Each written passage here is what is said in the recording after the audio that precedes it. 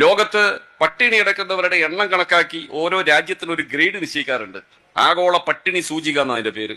114 രാജ്യങ്ങളുടെ ഒരു കണക്കെടുത്തപ്പോൾ ഇന്ത്യ രാജ്യത്തിന്റെ സ്ഥാനം 112 105 സ്ഥാനത്താ.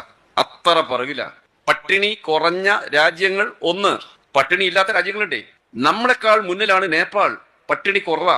ബംഗ്ലാദേശ് ഇപ്പോൾ യുദ്ധം, ഈ ആഭ്യന്തര കലാപം കൊടുമ്പിരി കൊള്ളുന്ന ബംഗ്ലാദേശിലുള്ളതിനേക്കാൾ കൂടുതൽ പട്ടിണിക്കാരുടെ തോത് ഇന്ത്യയിലുണ്ട്.